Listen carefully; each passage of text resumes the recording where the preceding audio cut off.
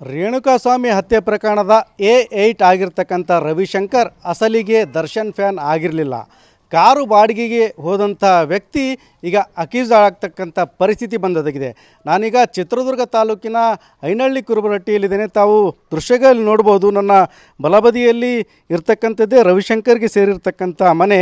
ಈ ಮನೆ ನೋಡಿದರೆ ರವಿಶಂಕರ್ ಸಹ ಸ್ಥಿತಿವಂತ ಅಂಥೇಳಿ ತಮಗೆ ಅನ್ನಿಸ್ಬೋದು. ಆದರೆ ಸುಮಾರು 4 ವರ್ಷದ ಹಿಂದೆ ತನಗೆ ಸೇರಿರ್ತಕ್ಕಂಥ 2 ಎಕರೆ ಜಮೀನನ್ನು ಮಾರಿ ರವಿಶಂಕರ್ ಮನೆಯನ್ನು ಕಟ್ಟಿಸ್ಕೊಂಡಿದ್ದ. ಜೊತೆಗೆ ಕುಟುಂಬ ನಿರ್ವಹಣೆಗೆ ಆಧಾರವಾಗಲಿ ಅಂಥೇಳಿ ಅನ್ನೋ ಕಾರಣಕ್ಕೆ ಒಂದು ಇಟಿಯೋಸ್ ಕಾರನ್ನು ಕೂಡ ಪಡೆದಿದ್ದ. ಆ ಒಂದು ಕಾರನ್ನು ಓಡಿಸಿದ್ರೇ ಬದುಕಿನ ಬಂಡಿ ಸಾಕ್ತಕ್ಕಂಥದ್ದು, ಈ ಮನೆಯ ಕುಟುಂಬ ಸಾಕ್ತಕ್ಕಂಥದ್ದು. ಯಾಕಂತಂದರೆ ರವಿಶಂಕರ್ ತಾಯಿ ಕೂಡ ಬೆಡ್ ರಿಡನ್ ಆಗಿ ಸುಮಾರು ವರ್ಷಗಳೇ ಕಳೆದಿತ್ತು. ಅವರ ಅನಾರೋಗ್ಯಕ್ಕೂ ಕೂಡ ಸಾಕಷ್ಟು ವೆಚ್ಚ ಭರಿಸಬೇಕಾಗಿರ್ತಕ್ಕಂಥ ಪರಿಸ್ಥಿತಿ. ಜೊತೆಗೆ ಇಡೀ ಕುಟುಂಬದ ನಿರ್ವಹಣೆ ರವಿಶಂಕರ್ ಹೆಗಲ ಮೇಲೆ ಬಿದ್ದಿತ್ತು.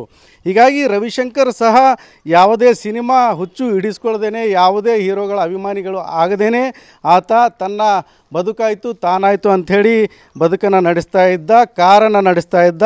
ಹೀಗಾಗಿ 8ನೇ ತಾರೀಕು ಏನು ಈ ಜಗದೀಶ್ ಮತ್ತು ರಘು ಅಂತಕ್ಕಂಥವರು ಬೆಂಗಳೂರಿಗೆ ಬಾಡಿಗೆಗೆ ಬರ್ತೀಯ ಅಂತಕ್ಕಂಥ ಪ್ರಶ್ನೆಯನ್ನು ಕೇಳಿದಾಗ ಖುಷಿಯಿಂದಲೇ ರವಿಶಂಕರ್ ಬಾಡಿಗೆಗೆ ಎಂದು ಬೆಂಗಳೂರಿಗೆ ಹೋಗಿದ್ದ. ಆದರೆ ರೇಣುಕಾಸ್ವಾಮಿ ಕೊಲೆ ಪ್ರಕರಣದಲ್ಲಿ A8 ಆಗಿ ಸಿಲ್ತಕ್ಕಂಥ ಪರಿಸ್ಥಿತಿ ಬಂದೊದಗಿತ್ತು.